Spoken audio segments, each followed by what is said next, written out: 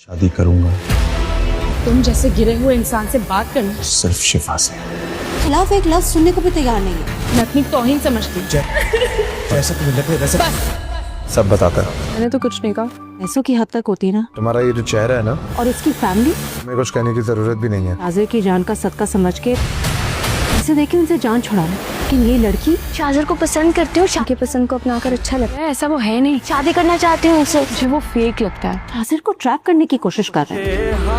अगले एपिसोड में आप देखने वाले हैं कि नरमीन बातों ही बातों में शाज़र से अपनी मोहब्बत का इजहार करने वाली है और शाज़र भी बच्चा नहीं होगा कि वो नरमीन के इशारे ना समझ सके। लेकिन शाज़र जान के भी अनजान बना रहेगा क्योंकि वो नहीं चाहता कि वो नमीरा को या शिफा के इर्द गिर्द जितने भी लोग मौजूद हैं उनमें से किसी को भी नाराज़ करे। और इसलिए नरमीन को उम्मीद बन जाएगी कि शायद शाज़र भी उसे पसंद करता है और वो इस बात का इजहार खुल के अपनी भाभी शिफा से भी करने वाली है कि वो शाज़र को पसंद करती है। शिफा नरमीन को ये बात खुल के तो नहीं बता सकती कि उसे लगता है कि शाज़र नरमीन को नहीं बल्कि उसे पसंद करता है, लेकिन वो नरमीन को ये मशवरा ज़रूर देगी कि उसे शाज़र से दूर रहना चाहिए। लेकिन शिफा के इस मशवरे पर नरमीन ने कहाँ अमल करना है, क्योंकि नरमीन शाज़र की मोहब्बत में जैसे बादलों में ही उड़ रही होगी और शाज़र भी कोशिश करेगा कि वो नरमीन की इस मोहब्बत को इस तरह से इस्तेमाल करे कि अपने मकसद में कामयाब हो सके। और उसका मकसद सिर्फ और सिर्फ एक ही होगा, शिफा को हमेशा हमेशा के लिए हासिल करना। शिफा कहीं ना कहीं ये सारी बातें जानती है, समझती है,